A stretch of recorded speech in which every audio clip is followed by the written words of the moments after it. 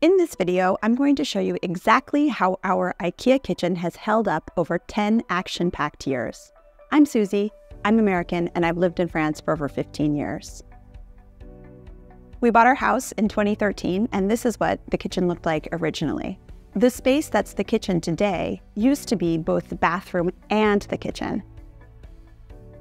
The kitchen was closed off, dark, small. The window in the kitchen was single-paned and broken, and there was no insulation. We tore down several walls to make the old kitchen and closed bathroom space into our open kitchen today.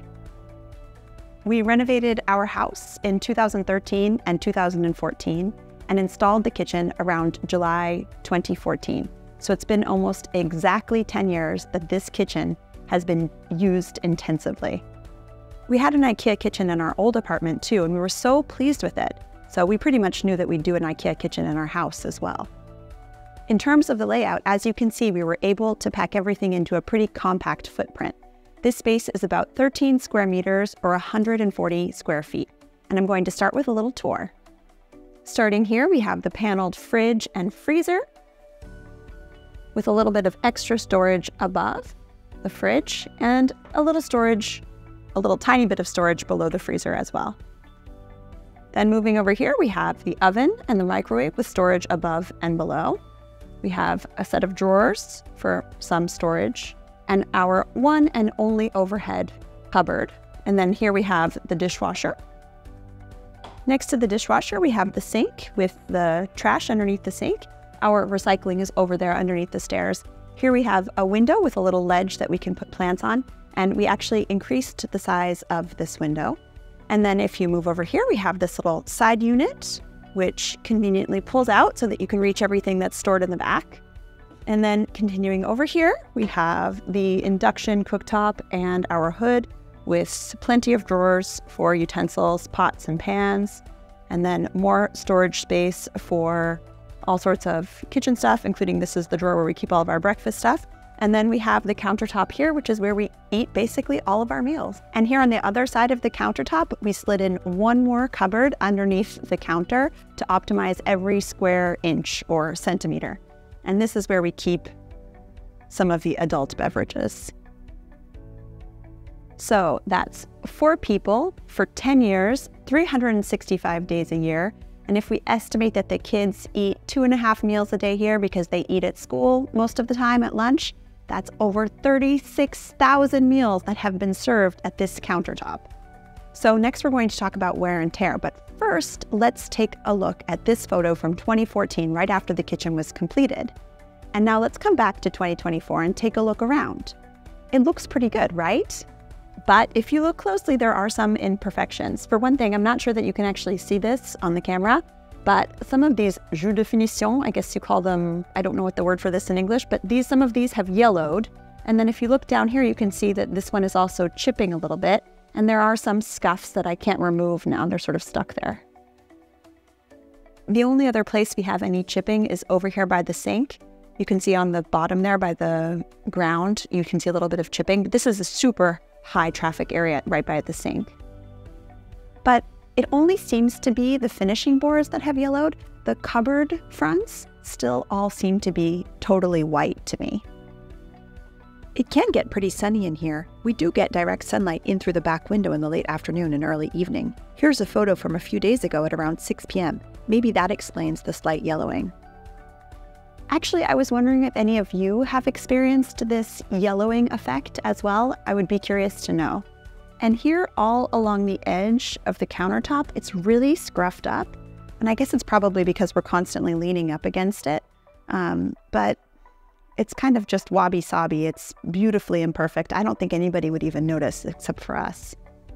The countertop itself has a few dings from impacts, but it's nothing that's really noticeable or has any impact on how well the countertop does its job. These are the IKEA high gloss Ringholt cupboard doors. In the short-term rental, we also have a high gloss white IKEA kitchen, except we have the Voxtorp model, which is the model that has the built-in handles. I think the risk with high gloss cabinets is that fingerprint smudges are visible, but they clean up very quickly. I just wipe them down with Windex or vinegar when I see smudges and fingerprints.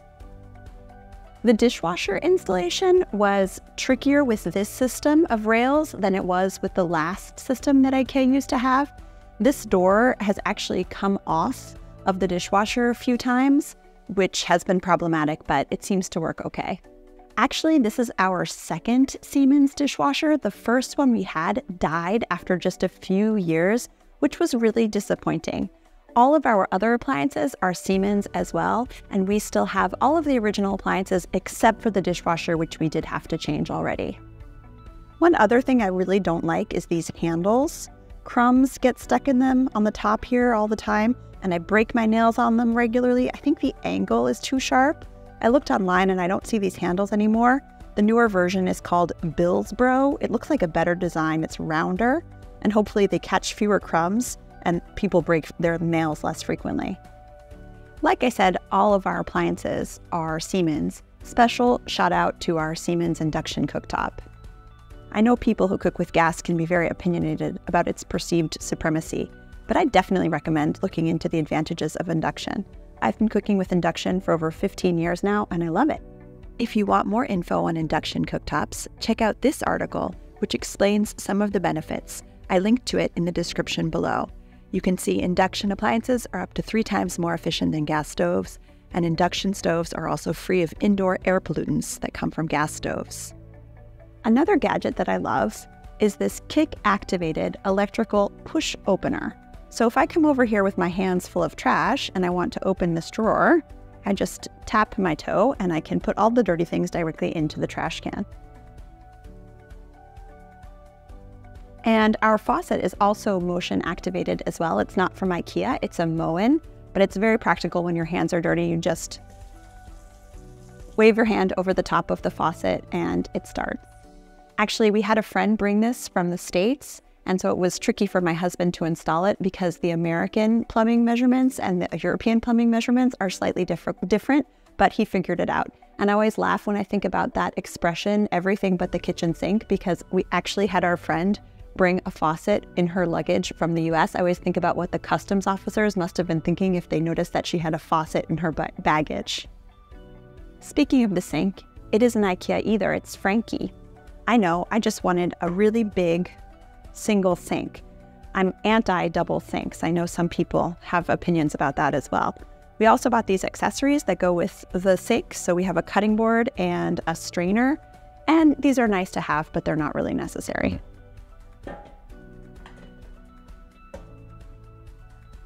Another non-IKEA feature of our kitchen are our subway tiles. And the tip here was to use a light gray grout as opposed to a white grout, which apparently shows dirt less. The subway tiles were slightly irregular in shape, so they were a bit challenging for the tiler to install, but I think he did a great job. And the effect is timeless, classic. This window shelf was installed by my husband, and I think it does a great job of just making the kitchen look a little bit more inviting and warm and less generic. It's a place for us to display some of our treasures. The window shade is also IKEA. Our little stools are from IKEA, but the metal stools are authentic Tolix. These are also made in Burgundy, and we even have these little magnetic cushions on top. Our flooring is porcelain imitation wood tile. It's by Mirage, made in Italy, and the color is Havana. It's the same tile we used in our short-term rental because we had leftovers from this house renovation project. If you watch the tour of that space, I'll link a video below, you'll notice how similar it looks to our house actually. This tile is literally indestructible, but the grout is looking a little worse for the wear. You can see how it's darkened here in the high traffic areas compared to the lighter areas. This was the color that it was originally. In terms of lighting, we have these GLD lights, which we love. They're made in France too, and they're that industrial vintage style, although we bought them new. Most of the time, these are the only lights we have on in the kitchen. My husband installed approximately 1 million LED lights in the kitchen as well. Actually, just 12, but it seems like there are a million of them. And right now we're filming, so they're on, but normally we never turn them on because they drive me crazy. I hate overhead lighting. What about you? I didn't realize I would have so many extreme opinions about kitchen design, but I guess I do. In terms of layout, it works pretty well, except in this one corner. Sometimes we have a sort of traffic jam phenomenon when there are 2 or more of us cooking. We find that we're both sort of stuck in this corner. I remember when we were planning the kitchen, I was really worried about this space. I wanted to make sure that it was wide enough, and it is. It's 120 centimeters, which is plenty of room for people to walk behind the stool here. This spot is really high traffic because we have the back door there and people walk through here and up the stairs. And I was really worried that this would be too tight as well, but it's not, it's fine. From the stairs to the countertop, it's 95 centimeters. When we were planning the kitchen, it seemed to me like we were putting outlets everywhere, but in the end, I wish that we had even more. Do you notice anything strange about this area? Well, the cooktop is not centered, and this was totally my fault because I am the one who calculated where the exhaust hood should go. And when we realized that it would be off center, it was too late because the duct had already been installed. But it's really not a big deal. I don't think anyone has ever noticed, but I remember when I first realized it, I was really disappointed. I think it's important to know how well these kitchens hold up because they require so many resources, financial and natural, to be installed and manufactured and transported and maintained. So it's important for us to consider how they do over time. Maybe it's not the same quality as it would be if it had been built by a master craftsman in hardwood, a kitchen that could last for generations. But we've had it so far for 10 years. We use it every day. We do our best to keep it in functioning, working order, and I'm sure that it's going to last for 10 more years. There are only small signs of wear and tear and aging, and I like to think of it as like, well, we are aging too over time, and so is our kitchen, but we still love it. It's fine.